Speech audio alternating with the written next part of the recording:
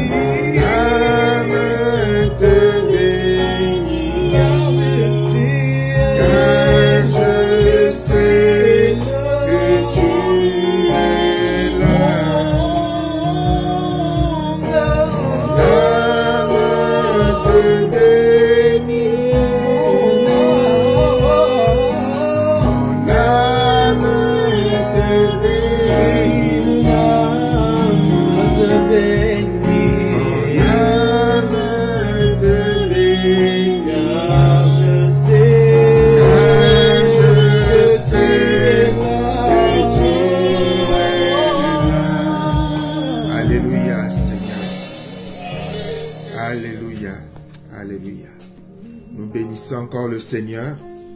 Nous rendons grâce au Seigneur Jésus-Christ. Je vous salue. Je suis le pasteur Guy Rémy Pambou qui, dans le cadre des réunions de tous les mardis de l'église, la main d'association Noisy-les-Grands, la main d'association Paris, j'ai la responsabilité de diriger le partage ce soir. Et le thème de notre partage, c'est le temps de Dieu pour l'exaucement n'est pas le nôtre. D'où ce chant que nous avons, ce cantique que nous avons pris, ce cantique qui dit « Je sais que tu es là ». Il y a des situations dans nos vies, il y a certaines circonstances compliquées, difficiles, au cours desquelles on n'a pas la facilité de chanter un tel chant, on n'a pas la facilité de reconnaître que Dieu est là, on a plutôt l'impression que Dieu n'est pas là, on a plutôt l'impression que Dieu nous a abandonnés, que Dieu ne nous écoute pas, que Dieu n'a pas fait attention à notre prière, à notre demande et que nous avons fait appel à lui. Il n'a pas exaucé, il n'a pas entendu, il a fait la sourde oreille. Il y a des circonstances de vie compliquées, difficiles, douloureuses, où on a du mal à chanter un tel cantique qui dit que je sais que tu es là et mon âme te bénit. Et pourtant, Dieu est là parfois. Lorsque nous doutons, Dieu est toujours là. Et parfois, lorsque nous sommes dans l'incrédulité, cela ne veut pas dire que Dieu n'est pas là, cela ne veut pas dire que Dieu ne soit pas là, mais au contraire, en toutes circonstances des vies des enfants de Dieu, Dieu est toujours là. Même lorsque nous ne le voyons pas, Dieu est toujours là. Nous allons prendre un exemple dans la Bible d'un fidèle ami de Jésus-Christ, d'une fidèle famille ami de Jésus-Christ qui s'est retrouvé dans des situations, dans une circonstance difficile, une circonstance compliquée, une circonstance de maladie qui a conduit à la mort. Et le Seigneur s'est retrouvé confronté à cette interrogation, en quelque sorte, où indirectement on lui a dit, mais tu n'étais pas là, on a eu besoin de toi, tu n'étais pas là, on t'a envoyé le message, tu n'as pas répondu, tu n'étais pas là, et tu n'étais pas là. Voilà, ce genre de reproche que nous pouvons faire à notre Dieu, ce genre de reproche que nous pouvons faire à notre Seigneur, lui disant, voilà, tu n'étais pas là, j'ai été en danger, tu n'étais pas là, j'ai été gravement malade, tu n'étais pas là, j'étais dans la détresse, tu n'étais pas là, j'étais dans des moments vraiment hyper compliqués, tu n'étais pas là. Et pourtant. Et cet exemple, c'est l'exemple de cette histoire, c'est l'histoire de notre ami Lazare. Marthe, Marie et Lazare, que nous trouvons dans l'évangile de Jean au chapitre 11. Il y avait un homme malade, Lazare de Béthanie, village de Marie de Marthe, sa sœur. C'était cette Marie qui oignit de parfum le Seigneur et qui lui essuya les pieds avec ses cheveux, et c'était son frère Lazare qui était malade. Les sœurs envoyèrent dire à Jésus, « Seigneur, voici celui que tu aimes est malade. » Après avoir entendu cela, Jésus dit, « Cette maladie n'est point à la mort, mais elle est pour la gloire de Dieu, afin que le Fils de Dieu soit glorifié par elle. » Or Jésus aimait Marthe et sa sœur, et Lazare. Lors donc il eut appris que Lazare était malade, il resta 2 jours encore dans le lieu où il était, et il dit ensuite aux disciples, « Retournons en Judée. » Les disciples lui dirent, « Rabbi, les Juifs tout récemment cherchaient à te lapider, tu retournes en Judée. » Jésus répondit, « N'y a-t-il pas 12 heures au jour? Si quelqu'un marche pendant le jour, il ne bronche point parce qu'il voit la lumière de ce monde.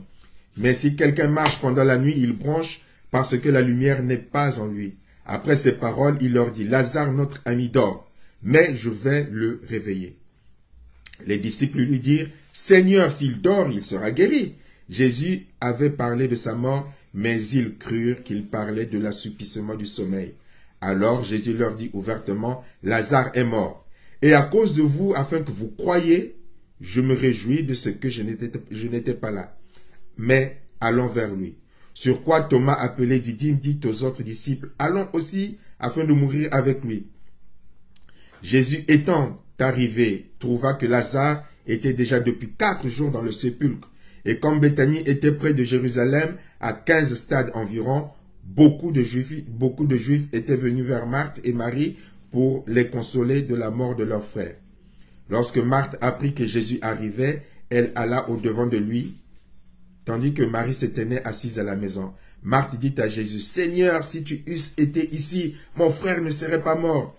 Mais maintenant même, je sais que tout ce que tu demanderas à Dieu, Dieu te l'accordera. » Jésus lui dit, « Ton frère ressuscitera. » Je sais, lui répondit Marthe, qu'il ressuscitera à la résurrection au dernier jour. Jésus lui dit, « Je suis la résurrection et la vie. Celui qui croit en moi vivra quand même il sera mort. Il serait mort. Et quiconque vit et croit en moi ne mourra jamais. Crois-tu cela? » Il lui dit, « Oui, Seigneur, je crois que tu es le Christ, le Fils de Dieu qui devait venir dans le monde. » Ayant ainsi parlé, elle s'en alla, puis elle appela secrètement Marie, sa sœur, et lui dit, « Le maître est ici et il te demande. » Dès que Marie eut entendu, elle se leva promptement et alla vers lui, car Jésus n'était pas encore entré dans le village, mais il était dans le lieu où Marthe l'avait rencontré. Les Juifs qui étaient avec Marie dans la maison et qui la consolaient, l'ayant vue se lever promptement et sortir, la suivirent, disant, « Elle va au sépulcre pour y pleurer. » Lorsque Marie fut arrivée là où était Jésus et qu'elle le vit, elle tomba à ses pieds et lui dit, « Seigneur, si tu eusses été ici, mon frère ne serait pas mort. » Jésus, la voyant pleurer, elle et les Juifs qui étaient venus avec elle, frémit en son esprit et fut ému, et il dit, « Où l'avez-vous mis? » Seigneur, lui répondirent-ils, « Viens et vois. » Jésus pleura, sur quoi les Juifs dirent, « Voyez comme il l'aimait. » Et quelques-uns d'entre eux dirent, « Lui qui a ouvert les yeux de l'aveugle, ne pouvait-il pas faire aussi que cet homme ne mourût point? » Jésus, frémissant de nouveau en lui-même, se rendit au sépulcre. C'était une grotte et une pierre était placée devant. Jésus dit, « ôtez la pierre. » Marthe, la sœur du mort, lui dit, « Seigneur, il sent déjà, il y a 4 jours qu'il est là. » Jésus lui dit, « Ne t'ai-je pas dit que si tu crois, tu verras la gloire de Dieu? » Ils ôtèrent donc la pierre et Jésus leva les yeux en haut et dit, « Père, je te rends grâce de ce que tu m'as exaucé pour moi. Je savais que tu m'exauces toujours, mais j'ai parlé à cause de la foule qui m'entoure, afin qu'ils croient que c'est toi qui m'as envoyé. » Ayant dit cela, il cria d'une voix forte, « Lazare, sort !»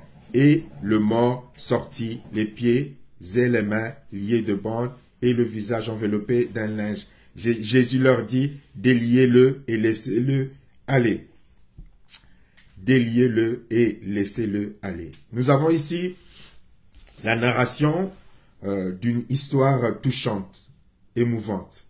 Un de ces témoignages que l'on aurait aimé suivre en direct. Un de ces témoignages que l'on aurait aimé vivre. Donc, il s'agit de Lazare. Lazare, l'ami de Jésus qui meurt, et puis les événements vont se succéder, attirant l'interrogation et les comportements de ceux qui étaient venus consoler la famille. Qu'est-ce que nous pouvons retenir de cette histoire? Ce que nous pouvons retenir de cette histoire, c'est que nous devons comprendre que Dieu, notre Dieu, est le maître des temps et des circonstances, qui agit selon son temps, qui agit selon son plan et qui agit selon sa volonté. Nous avions déjà eu à partager sur le fait que Dieu accomplissait les prières qui étaient conformes à sa volonté. Et dans la volonté de Dieu, il y a aussi un paramètre qui est important, sur lequel aussi nous avons déjà eu à débattre. Et ce paramètre, il est question du temps de Dieu. Donc nous pouvons prier selon la volonté de Dieu. Ce que nous demandons est dans la volonté de Dieu. Ce que nous espérons est dans la volonté de Dieu. Ce que nous espérons est dans le plan de Dieu. Mais seulement ce que nous espérons qui est dans la volonté de Dieu s'accomplit selon et conformément au temps de Dieu. Dieu peut prévoir de nous guérir. Dieu peut prévoir d'agir dans notre situation, dans les circonstances de notre vie. Mais Dieu a son temps à lui où il vient agir. Il a son temps à lui idéal où il vient intervenir. Souvent, le temps que nous, les humains, nous jugeons comme étant le temps idéal pour Dieu, hein, nous pouvons même nous positionner en conseillers spéciaux de Dieu, le temps que nous jugeons le plus souvent comme étant idéal pour que Dieu agisse, c'est très souvent c'est le temps que nos peurs, nos craintes, nos doutes ou notre incrédulité jugent comme étant idéal. Nos prières, notre empressement, notre fixation, notre notre identification du temps où Dieu devait agir ou devrait agir est souvent influencé par nos peurs, nos craintes, notre incrédulité ou notre traumatisme. Mais le temps idéal pour Dieu n'est pas souvent notre temps idéal à nous. Et c'est ce que nous devons vraiment comprendre. Et le temps de Dieu pour exaucer Lazare, comme nous l'avons vu, le temps de Dieu pour Lazare, selon Dieu, se situait non pas avant la mort de Lazare, mais se situait après la mort de Lazare. Nous avons vu au verset 3 et au verset 6 que Lazare était malade, gravement malade. Une maladie tellement grave que les sœurs vont envoyer une délégation pour prévenir l'ami qui avait les moyens d'agir, d'intervenir. L'ami qui avait déjà guéri plein de malades, l'ami qui avait guéri des lépreux, l'ami qui avait guéri des paralytiques, l'ami qui avait guéri des personnes avec des maladies chroniques graves, des personnes qui avaient été malades pendant 28 ans, 38 ans, 40 ans, l'ami qui avait démontré sa puissance, qui avait même ressuscité des morts, l'ami qui, sans même parfois imposer les mains aux malades, à distance avait guéri des malades. Donc, ils avaient envoyé, peut-être qu'ils ne croyaient pas que Jésus soit Dieu, mais en tout cas, ils avaient envoyé une délégation pour dire à l'ami tout-puissant, voici celui que tu aimes, Lazare, ton ami que tu aimes. Les autres, on ne sait pas si tu les aimais, on ne sait pas, tu n'avais pas de relation directe, de rapport direct avec eux, mais celui-là, c'est ton ami, il est gravement malade. Donc, c'est ce que nous lisons dans Jean chapitre 1 du verset 3 au verset 6. Les sœurs envoyèrent dire à Jésus, Seigneur, voici celui que tu aimes. Voilà, donc un facteur qui était censé influencer Jésus-Christ à réagir si vite. Donc, celui que tu aimes est malade. Mais que va faire le Seigneur Jésus-Christ? Après avoir entendu cela, Jésus dit, cette maladie n'est point à la mort, mais elle est pour la gloire de Dieu, afin que le Fils de Dieu soit glorifié par elle. Or, Jésus aimait Marthe, sa sœur, et Lazare. Lors donc qu'il apprit que Lazare était malade, il resta 2 jours encore dans le lieu où il était. Donc, le Seigneur savait que cette maladie allait servir à sa gloire, à la gloire de Dieu, à la gloire du Père. Et que il fallait que cela arrive, il fallait que la mort arrive, afin que Dieu soit glorifié par le retour ou la ressuscitation, parce qu'on réserve souvent en termes théologiques, si ma mémoire est bonne, on réserve souvent la résurrection au Seigneur Jésus-Christ. Pour les autres, on parle souvent de ressuscitation. Voilà, pour que Lazare revienne à la vie. Pour que Lazare revienne à la vie. Pourtant, tous les facteurs étaient là. Tous les facteurs. Et on nous précise que Jésus aimait Lazare, mais il n'aimait pas seulement Lazare, mais il aimait particulièrement Marthe et Marie. Et donc, ce simple fait exigerait que le Seigneur réponde avec empressement à cette annonce. Même s'il ne pouvait pas se déplacer, il avait démontré suffisamment qu'il avait la capacité d'agir à distance. Donc, il suffisait qu'il prie de là où il était. Lazare était guéri de sa maladie. Mais au lieu de cela, le Seigneur va rester. Non seulement il ne va pas prier, ni intercéder, mais il va rester, il va traîner les pieds, il va rester encore 2 jours dans le lieu où il était. Et donc, Lazare va mourir. Ce que Marthe et Marie et les autres ne savaient pas, c'est que Dieu avait son temps. Dieu avait son temps à lui. Et dans le temps de Dieu, pour exaucer, pour agir, pour intervenir, ce temps se situait après. C'était pas avant midi, c'était pas avant 10 heures, c'était après midi, après 10 heures, après la mort, le temps fixé, le midi fixé, la référence fixée, c'était la mort de Lazare. Mais donc le Père avait prévu intervenir après la mort de Lazare. Et c'est ce qui arrive souvent dans nos vies, dans nos situations, dans certains moments de nos vies où nous attendons, où nous espérons que Dieu intervienne. Voilà, il y a la menace de perdre un travail. On prie, on dit, moi, un enfant de Dieu, jamais je ne perdrai le travail. Et puis voilà, ben c'est moi, on perd le travail. On se marie, on se retrouve avec des situations où le bébé n'arrive pas. Et on a clamé, moi, un enfant de Dieu. jamais je serai stérile. Mais seulement la stérilité est là. Il y a des tas de situations de vie qu'on peut aligner. Moi, un enfant de Dieu, il y a certains qui ont dit, moi, un enfant de Dieu, jamais je ne serai hospitalisé, jamais je ne tomberai malade. Parce que je suis un enfant de Dieu. Donc, la situation est là, alors on se met à prier. On jeûne, on prie, on lit, on chasse, on détruit. Ça n'arrivera pas, ça n'arrivera pas. Au nom de Jésus, ça n'arrivera pas. Au nom de Jésus, je revendique. Au nom de Jésus, je proclame. Au nom de Jésus, ça ne viendra, ça n'arrivera pas. Parce que je suis un enfant de Dieu. On présente même tous les éléments, l'identité, le pédigré spirituel. Je suis un enfant de Dieu. Je suis un prince. Je suis installé dans les lieux célestes en Jésus-Christ. On aligne tout ce qui est comme une nouvelle identité en Jésus-Christ. On aligne tout. Dit ça ne m'arrivera pas. Je chasse au nom de Jésus. Sans effet. Mais seulement, cela arrive. Et alors, on se met à faire des reproches à Dieu, comme cela est arrivé également du chapitre, donc Jean chapitre 11 du verset 21 au verset 23. Il nous est dit, Marthe dit à Jésus, Seigneur, si tu eusses été ici, mon frère ne serait pas mort. Reproche. Si tu eusses été ici, mon frère ne sera pas mort. Marthe a dit, si tu avais été là, ah Jésus, tu es venu, mais bon, on t'aime, hein, on t'aime, on va, bon. Mais si tu avais été là, en quelque sorte, il est trop tard, Jésus. Il est trop tard. C'est avant qu'on attendait que tu interviennes. C'est avant qu'on attendait que tu agisses. C'est avant qu'on attendait que tu étendes ta main. Mais là, Jésus, il est trop tard. Et quelques-uns d'autres vont dire, au verset 37, il est écrit, et quelques-uns d'entre eux dirent, lui qui a ouvert les yeux de l'aveugle, ne pouvait-il pas faire aussi que cet homme ne mourût point? Le dénigrement. Allez, quitte là, tu n'es pas sérieux. Comme on dit dans le village du pasteur Richel, tu es un faux type, toi.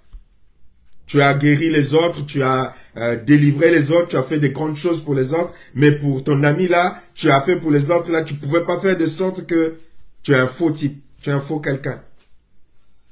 Le reproche. Parce que les choses, Dieu n'a pas répondu à notre prière au moment où nous le pensions. On se met à faire des reproches à Dieu. On dit à Dieu, il est trop tard. Mais Dieu voudrait te dire ce soir, ou je ne sais pas quelle heure tu regarderas cette vidéo en différé, Dieu voudrait te dire en tout cas que ton trop tard n'est pas le trop tard de Dieu. Et qu'avec Dieu, lorsque tu penses qu'il est trop tard, mais pour Dieu, il n'est pas du tout trop tard. Ton trop tard, ta conception du trop tard n'est pas la conception que Dieu a. Marthe et les autres vont en quelque sorte dire, mais il est trop tard. Il est trop tard. Nous avions craint certaines menaces, que ces menaces ne se concrétisent pas. Nous avons eu la crainte que certaines délivrances ne surviennent pas. Nous avons eu la crainte que la guérison n'arrive pas. Mais voilà, au point où nous en sommes, à l'instant T où nous en sommes, voilà, la menace s'est concrétisée. Les craintes se sont matérialisées. La maladie s'est manifestée. Alors on dit à Dieu, il est trop tard. Il est trop tard. Et c'est parfois, souvent, selon le plan de Dieu, l'une des erreurs dans la prière que nous commettons. Pour eux, pour Marthe, pour Marie et pour ceux qui étaient là, il était trop tard. En quelque sorte, Dieu ne pouvait plus rien faire. Ils avaient limité Dieu. Et quand ça nous arrive, au lieu de continuer de prier, d'espérer que Dieu puisse encore faire quelque chose, je suis de ceux qui, bibliquement appuyant sur ce que la Bible dit, tant que Dieu ne t'a pas clairement présenté son opposition à t'exaucer, tu as le droit et le devoir de continuer à espérer qu'il agisse, qu'il intervienne favorablement. Tant que Dieu ne te l'a pas dit, je ne parle pas des circonstances. Ce n'est pas ce que la maladie te dit. Ce n'est pas ce que le chômage te dit. Ce n'est pas ce que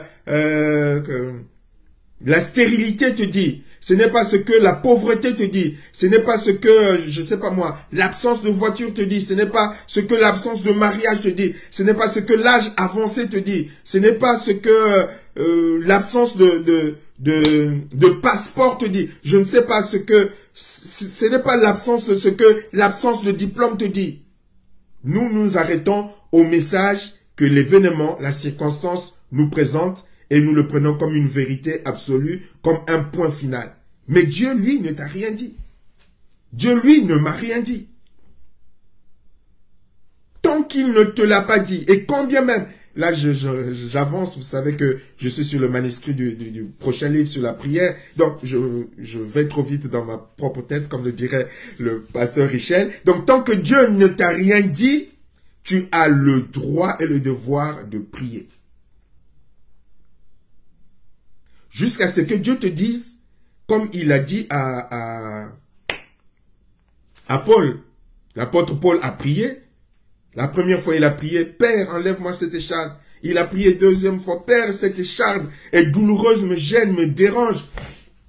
Me gêne et me dérange, Père. Et il a prié une troisième fois, Père, mais délivre-moi de cette écharpe. Tu vois, si je n'avais pas cette écharpe, quel serviteur extraordinaire je serais. Et quel témoignage vivant je serais. Tu vois, à cause de cette écharpe, ce que les gens peuvent penser par rapport à ma foi et par rapport à ta puissance. Je ne sais pas quel argument il a pu présenter. Parce qu'on voit que Moïse a pu présenter certains de ses arguments au Père dans l'intercession afin que Dieu ne détruise pas le peuple et le Père a écouté, Dieu a écouté, l'Éternel a écouté. Donc, il a peut-être présenté de tels arguments. Tu vois, je suis prédicateur, mais j'ai cette défaillance physique. Comment est-ce que je peux parler de puissance et en même temps, j'ai cette défaillance, j'ai cette maladie que je traîne, j'ai ce problème que je traîne. Mais Dieu va lui dire, ma grâce te suffit, ma puissance s'accomplit dans ta faiblesse. Ok, là il a reçu une réponse ferme de Dieu.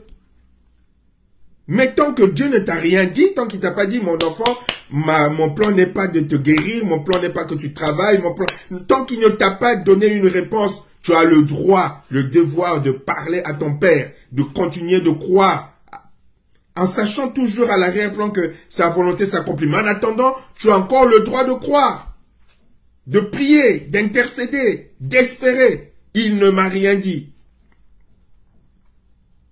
Moïse aussi a prié. Dit, mais je veux, s'il te plaît, accorde-moi encore la grâce de rentrer dans la terre promise. Dieu lui a dit, arrête, ça suffit comme ça. Tu m'assais, si je peux utiliser ce genre d'expression, il y a mon épouse qui bouge déjà la tête, tu m'as assez cassé les pieds avec cette affaire-là, tu ne rentreras pas dans la terre promise. Dieu a dit non. Ok, là au moins c'est clair, c'est dit. Mais il y a aussi l'exemple de, on peut prendre l'exemple de, c'est Ézéchias. Je crois que c'est ça, c'est Ézéchias, pardon. Bon, je crois que c'est Ézéchias, je pense que c'est Ézéchias, ce roi à qui Dieu a dit, il a envoyé le prophète, je crois que c'est le prophète, je mélange tout. Il a envoyé le prophète, je ne vais pas citer de nom, il va envoyer le prophète pour lui dire, arrange tes affaires, tu vas mourir. Je ne sais pas si c'est Ézéchias, tu peux vérifier s'il te plaît. Arrange, j'ai c'est Ézéchias? Merci. J'ai le deuxième qui est dans sa chambre en train de faire ses devoirs, qui écoute quand même la prédication, qui dit que c'est lui. Donc, Ézéchias il va dire à Ézéchias, range tes affaires, tu vas mourir. Il était aussi malade, Ézéchias. Il était malade et Dieu va envoyer le prophète pour lui dire, le prophète Ésaïe, merci beaucoup. Ta sœur Ena va envoyer le prophète Ésaïe pour lui dire, dans Ésaïe 38, pour lui dire, voilà, tu es gravement malade, tu vas mourir. Et lui, quand il l'a entendu, il n'a pas dit, bon allez, Seigneur, c'est bon, ça vient de Dieu qui me dit que je vais mourir. La maladie va me conduire à la mort, ben je me soumets, je veux préparer mes affaires, je veux partir. Non, la Bible nous dit que dès que le prophète Ésaïe est parti, dès qu'il est sorti, il a supplié Dieu, il a plaidé sa cause. Il a plaidé sa cause, il a plaidé sa cause. Alors qu'Ésaïe était encore sur sur le chemin, Dieu va lui dire, retourne, allez, retourne voir le roi. Dis-lui que je veux lui rajouter 15 années supplémentaires et dis-lui que je veux le délivrer de ses ennemis. Pourtant, c'est Dieu qui venait de parler. Il va plaider sa cause. On peut prendre les exemples des Ninivites.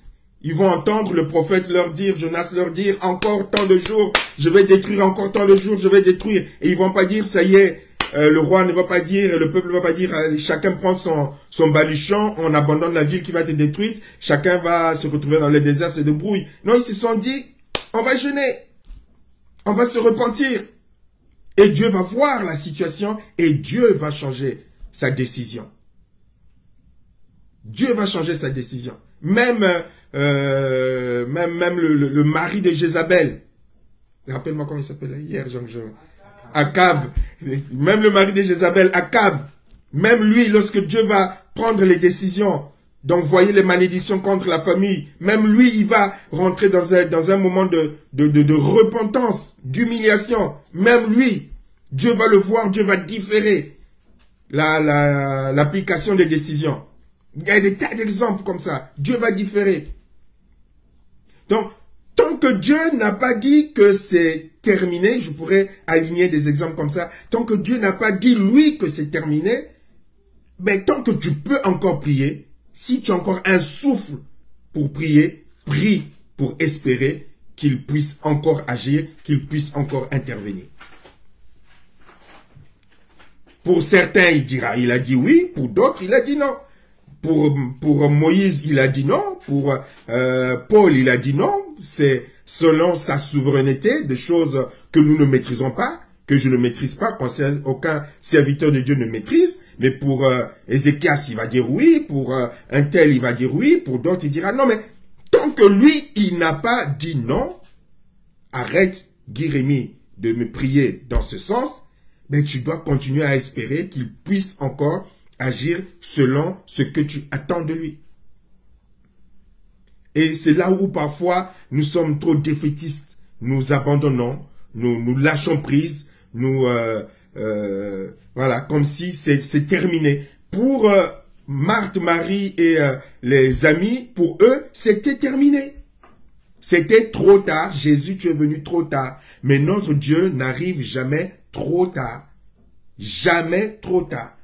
Parce que c'est lui qui est le maître des temps, des circonstances, des événements, des organes, de la création. Donc ce que l'on peut croire que comme étant définitivement perdu, il est capable, comme cela nous a expliqué en parlant de ceux qui avaient la foi, il est capable, en parlant même d'Abraham, il est capable comme de recréer à nouveau ce qui est perdu, de ressusciter ce qui est perdu, de remodeler ce qui est perdu. Il n'est jamais trop tard.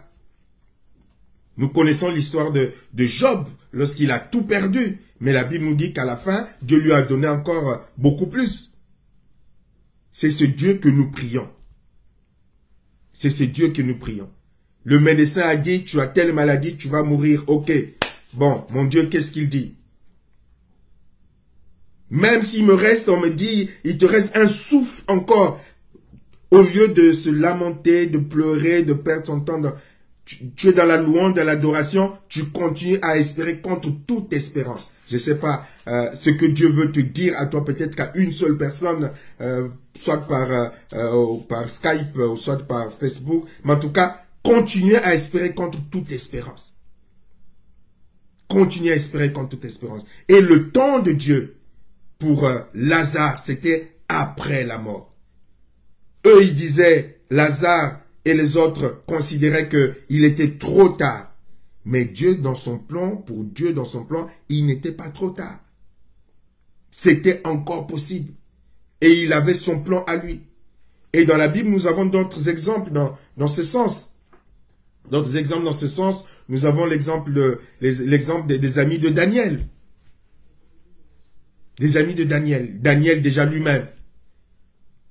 Nous aurions aimé dans un bon scénario écrit par le pasteur, un bon scénario, Lazare promis au lion, et avant qu'on le jette au lion, il y a un ange qui apparaît pour empêcher Lazare d'entrer dans le lion. Comme ça, tout le monde est par terre, tout le monde... Et Daniel, pardon. Daniel, tout le monde est par terre, tout le monde est KO. Les lions ne vont pas avoir la visite de Daniel. C'est dans le bon scénario humain, c'est celui-là. Va dire, voilà, Guy-Rémy, il y a les lions, on va te jeter dans les lions si tu ne renies pas Dieu. Au nom de Jésus, mon Dieu va intervenir. Mon Dieu va empêcher cela. Mon Dieu ne permettra pas que cela arrive. Au nom de Jésus, je crois que c'est Nebuchadnezzar. Au nom de Jésus, Seigneur, convainc-le, confonds-le, aveugle-le. Pardon. Darius, convainc-le. Alors, on va commencer à agir, à avoir des prières pour détruire, pour aveugler. Pour d'autres, ils vont me dire, Seigneur, tue-les. Pour que cela n'arrive pas. Mais seulement, le temps de Dieu pour agir, c'était dans la fosse lion. Dans la fosse lion. Le rendez-vous de Dieu avec toi, c'est dans ta situation. Dans la situation, dans l'épreuve, dans les circonstances que tu aurais aimé qui n'arrivent pas. Les amis aussi de Daniel, la fournaise ardente, Seigneur, tu ne permettras pas que nous, on a été fidèles, tu ne peux pas permettre que nous, fidèles, nous puissions entrer dans la fournaise ardente. Nous avons été fidèles, Seigneur. Nous avons été fidèles. C'est pas les amis de Daniel. Là, ce que nous aurions eu comme langage. En tout cas, moi, j'aurais eu comme langage. Tu ne peux pas permettre, Seigneur, que j'aille dans la fournaise ardente. Je suis ton serviteur. J'ai fait ceci, j'ai fait cela. J'ai écrit 1000 livres. Tout le monde me connaît dans le monde entier. Tu ne peux pas permettre. Tu ne permettras pas. Seigneur, tu envoies même la pluie pour éteindre cette fournaise. Quand je vais arriver, Seigneur, tu envoies la pluie. Ah, comme ça, tout le monde va voir que tu es le Dieu extraordinaire qui délivre son enfant. Alléluia. Je crois. Mais non, le plan de Dieu, le temps de Dieu, c'était dans la fournaise. Dans la fournaise. Nous devons vraiment comprendre cela pour que nous puissions réaliser que dans la foi, nous devons nous soumettre au timing de Dieu. Prier, mais sachant, en gardant toujours la foi, que Dieu a son temps. Regardez Joseph. Joseph fidèle. Il aurait pu, un chrétien moderne, on sait tous qu'il n'était pas maudit. Mais la succession de malheurs qui lui arrivent, la succession d'événements douloureux qui lui arrivent, la succession des faits, il n'a rien demandé. Il aurait pu prier. Déjà, on l'aura amené à l'église d'une certaine pasteur Carmen. Cette pasteur bizarre lui aurait dit, je vois des liens de famille, je vois des malédictions de famille, il faut qu'on te délivre, il faut que tu bâtisses l'autel pour la délivrance, tu viens avec une dîme, une grosse offrande, on va prier pour toi, tu vas être délivré, parce que c'est pas normal que tu puisses vivre une succession de phénomènes comme ça. On doit demander le pardon des péchés de tes arrière-grands-parents. Mais Joseph, un chrétien d'aujourd'hui, dans le plan de Dieu de la sorte, tu peux beau jeûner, prier, lier, délier, bloquer, débloquer, tu ne vas pas être exaucé. Parce que dans le plan de Dieu, il devait se retrouver là où il devait se retrouver, c'est-à-dire dans la prison. On va même dans la prison, lorsque Joseph va dire à l'un de ses co-détenus, pense à moi lorsque tu seras face au roi, ce détenu-là va l'oublier une fois qu'il va être libéré. C'est Dieu même qui va le permettre, parce que c'était pas le temps pour que je crois que c'est les chansons, puisse parler. Il fallait que l'événement arrive au temps de Dieu pour qu'il puisse parler et que les choses puissent s'enclencher. C'est la leçon que nous devons apprendre pour avoir une vision équilibrée dans la prière, dans notre approche de la foi, dans notre approche dans la marche avec Dieu. Retenir, mon frère, ma soeur, que quand bien même que nous pensons que la situation est arrivée à un moment où nous considérons comme étant trop tard, tu ne dois pas t'arrêter de prier. Tu ne dois pas t'arrêter de prier. C'est arrivé, c'est arrivé. Tu ne dois pas t'arrêter de prier.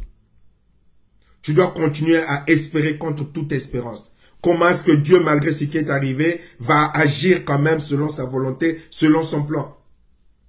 Parfois, il ne faut pas s'arrêter pour seulement dire que, voilà, ben, le Seigneur, tu as permis, ben, alléluia. Mais il faut aller au-delà. Tu as permis, comment tu veux que je continue de prier ou continuer à prier pour lui demander de retourner la situation. Tant qu'il ne t'a pas dit que c'est le point final, ce n'est pas un péché de continuer de prier favorablement. Ce n'est pas un péché. Et c'est ce que nous devons apprendre dans notre démarche dans la foi. Nous sommes souvent défaitistes. Nous abandonnons vite, nous baissons vite les bras. Tu as déposé un dossier. Vous êtes 20 personnes qui avaient 20 personnes à déposer un dossier. Tu vas, on te dit, ben voilà, ben on t'a pas retenu. Et toi, tu abandonnes. Ben écoute, Seigneur, ah, tu n'as pas permis que... Mais qui te dit pas que Dieu veut que tu continues à prier pour que, si tu as donné cette conviction que tu dois travailler dans cette société, que tu continues. Seigneur, c'est là que je veux travailler, je l'ai ressenti de ta part, j'en suis convaincu, même si là on m'a pas retenu, je prie au nom de Jésus. Seigneur, tant que tu m'as pas dit que c'était pas ta pensée, je prie pour que cette place, cet endroit, cette société, j'y travaille. Je donne des exemples comme ça. Chacun peut l'appliquer dans sa vie, dans sa situation, dans sa circonstance, pour avoir, parfois on se plaint, Dieu n'a pas agi, Dieu n'a pas intervenu, mais tu n'as pas continué de prier, tu n'as pas persévéré dans la prière. Tu as cru que c'était terminé, alors que pour Dieu, c'était pas terminé. Tu as cru que c'était point à la ligne, comme dans la situation qui m'est arrivée. Tu dis, bon, c'est point final, ça y est, je vais mourir, je vais partir, je vais tout laisser à mes enfants. Mais Dieu ne t'a rien dit. Apprenons ou réapprenons à prier, non pas selon notre vision des choses, mais apprenons à prier selon la vision de Dieu. C'est ton père. C'est ton père. Parfois, le papa est là, tu demandes quelque chose, ou la maman est là, tu demandes quelque chose. Bon, maman part, mais maman, mais je devais dire, ah ben oui, mais écoute, à quel endroit j'ai laissé, tu peux toujours prendre. Elle n'est plus là, il n'est plus là, mais de là où il est, il trouve la solution. Là où tu aurais pu dire, bon, maman est partie, papa est parti, bon, c'est fini. Bon, ben, il faut que je me débrouille tout seul. Mais tu as le réflexe d'appeler quand même. Ah oui, oui, en fait, c'est... Que Dieu nous ouvre l'esprit et l'intelligence pour que nous réalisions la dimension d'amour, de fidélité et de puissance de notre Père qui est toujours prompt à agir et à intervenir. Dans notre approche dans la prière, sachons continuer à persévérer et à espérer tant que notre Dieu ne nous a pas dit que c'est terminé. Tant qu'il ne nous l'a pas dit. Et après, si ce qui doit arriver arrive, on a le réflexe de ceux qui ont la foi pour dire, Seigneur, je te rends grâce. Voilà. Bon, je peux m'arrêter de prier maintenant, je te rends grâce, je te bénis. Mais tant qu'il ne l'a pas dit, mais il faut continuer à espérer, il faut continuer à prier, en gardant en conscience que le temps d'action de Dieu n'est pas toujours le nôtre. Le moment où nous jugeons qu'il doit intervenir n'est pas toujours le moment idéal pour Dieu. Et que notre trop tard n'est pas le trop tard de Dieu. Voilà ce que le Seigneur voulait que je partage avec nous dans le nom tout-puissant de Jésus. Amen. Maintenant, comme vous le savez, les habitués le savent, nous allons partager et je vais accorder la parole à... Parce que nous sommes également en direct audio avec les membres, quelques membres de l'Église. Et je vais demander aux uns aux autres de pouvoir s'exprimer et pouvoir contribuer. Notre sœur Michel. Je dis amen à la parole de Dieu. C'était assez complet. Je n'ai rien à rajouter. Merci, sœur Michel. CK, c'est quoi? C'est David, je crois. CK, Maman Chantal. Maman Chantal.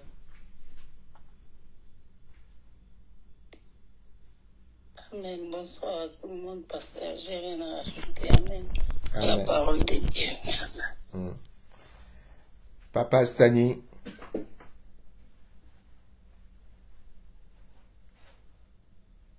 Bonsoir à tout le monde.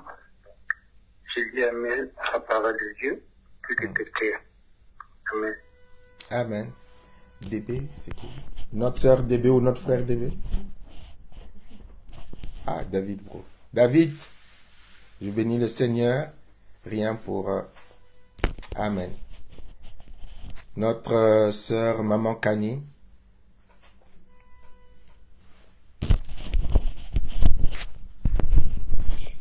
Amen pour la parole. Moi, en fait, ce qui m'a marqué dans le passage, c'est le verset 42, quand le Seigneur Jésus dit pour moi, je savais que tu m'exauces toujours, mais j'ai parlé à cause de la foule qui m'entoure.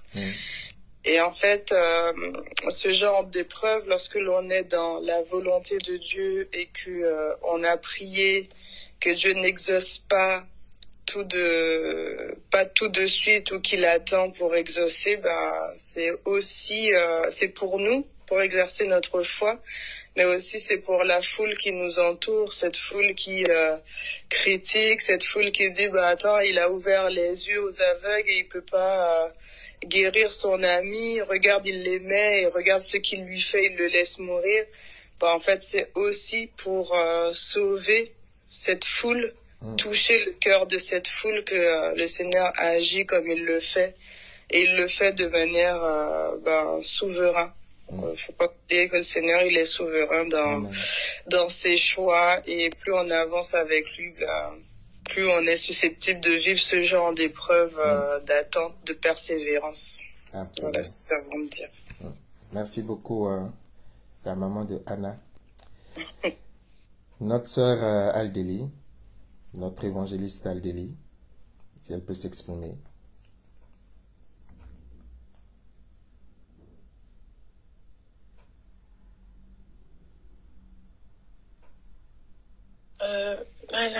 Bonsoir. Alors, je veux bénir la parole, en tout cas pour bénir le Seigneur pour cette parole qui interpelle et qui surtout nous rappelle que voilà, qu'il n'est jamais trop tard, qu'il faut toujours continuer à faire confiance en Dieu et que c'est vrai, souvent dans nos vies, on a l'impression que les années passent et que ce qu'on attend du Seigneur, on ne les voit pas venir. Mais Dieu, en fait, il ne respecte pas ce que nous, on veut, mais il respecte son calendrier à lui, en fait. Amen. Donc, et c'est important de vraiment être un peu comme les fils d'Issachar et arriver à discerner les temps, les saisons dans lesquelles on se trouve pour savoir vraiment... et des fois aussi, le Seigneur choisit de répondre pas de la manière dont on veut, mais il répond en fait. Donc je veux vraiment bénir le Seigneur pour cette parole et c'est encourageant en tout cas pour ceux qui sont encore dans l'attente du Seigneur et qui attendent que le Seigneur réalise le désir de leur cœur. C'est vrai que on désire des choses, Dieu aussi désire des choses pour nous. Amen. Et souvent les choses qu'il désire pour nous ne sont pas conformes à ce que nous désirons. Et ça fait que des fois on empiète un peu sur le temps de Dieu parce que on prend l'initiative de dévancer ce qu'il a prévu pour nos vies. Et c'est un peu dommage parce qu'après au final on réalise une fois qu'on est dans la mouise, qu'en fait, on s'est précipité et que c'était pas, en fait, ce que Dieu voulait pour nous, mais Dieu a laissé faire parce que, il nous a toujours laissé le libre arbitre. Donc, voilà. C'est vraiment une très forte parole et ça nous rappelle encore qu'il est important de lui faire confiance et on disait souvent, j'avais souvent vu un message souvent où on disait quelquefois même lorsque on est en examen et que le prof ne répond pas, ça ne veut pas dire qu'il est absent, ça veut dire qu'il est là tout simplement, mais que voilà. Donc c'est un peu ça. Amen. Amen. Merci beaucoup. Pasteur Carmen, tu as quelque chose à rajouter? Si ton micro fonctionne. Si ça fonctionne. Amen. Bonsoir, pasteur. Amen. Ouais. Bonsoir. Nous n'avons rien à rajouter. Est-ce que tu as quelque chose à rajouter? Non. C'est assez clair. Merci. Merci pour le partage. Donc rien à rajouter si ce n'est bénir le Seigneur qui nous confirme encore qu'il est souverain et parce qu'il est bon, parce qu'il est parfait, parce qu'il est fidèle, et qu'il nous aide à persévérer dans la prière en étant simplement soumis à lui. Et puis le Saint-Esprit, il ne faut pas avoir peur de prier, même de mal faire au début. Le Saint-Esprit nous enseigne comment prier. Ayons simplement foi au Seigneur parce qu'il est bon et parce que tout ce qu'il fait concourt à notre bien, quoi qu'il arrive. Amen. Amen. Merci Amen. pour la parole, pasteur. Que Dieu te bénisse. Merci, que Dieu vous garde. Hein. Je suppose que vous êtes sur la route. Que Dieu vous garde, vous en famille en tout cas. Pasteur Richel. Merci beaucoup. Amen.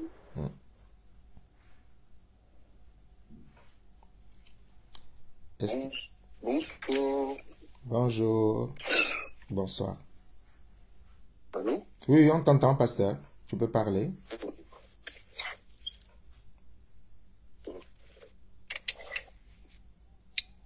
Je voulais juste bénir le Seigneur. Beaucoup de choses s'entrechoquent, s'entrebousculent dans ma tête. Et je voulais surtout quelque chose. Pourtant, c'est quelque chose de basique, mais ça m'a beaucoup touché. C'est quand tu as dit tant que le Seigneur ne t'a pas dit d'arrêter de prier. Il ne faut pas avoir de temps souvent pour les autres. On t'entend mal, pasteur. Allô? Oui, on t'entend mal.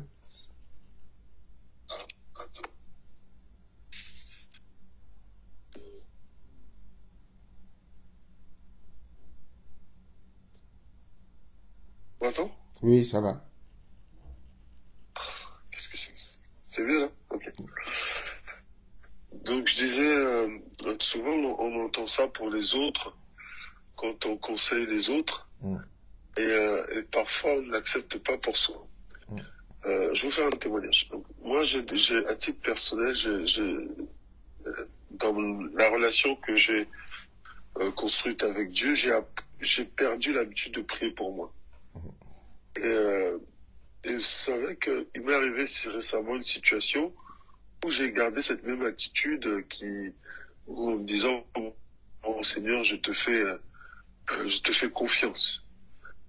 Mais là, je sentais par contre bizarrement que le Seigneur me poussait à prier. Et c'est là où j'ai compris qu'il y a un piège qui se trouve là, de fois. La prière, c'est un outil de dépendance à Dieu. Il y a un moment où Dieu te dira, ne prie pas, parce que je fais. Il y a un moment où il te dira, prie, parce que je sais. Tout simplement.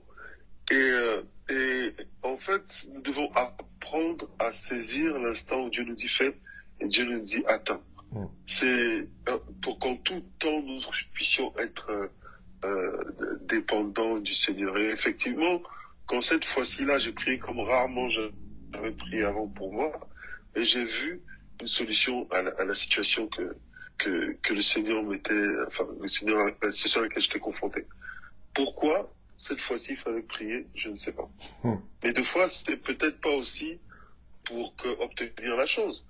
Des fois aussi, c'est peut-être lié à une atmosphère particulière. Des fois, il y a des moments quand tout va bien, on se relâche. Absolument. Et Dieu sait que l'atmosphère spirituelle est compliquée et qu'il a besoin qu'on soit aguerri spirituellement. Ben, il va amener une circonstance qui va nous ouvrir un peu les yeux, nous réveiller, nous bousculer et nous pousser à aller prier. Alors toi, tu es en train de prier, Seigneur, pour telle situation, tel combat.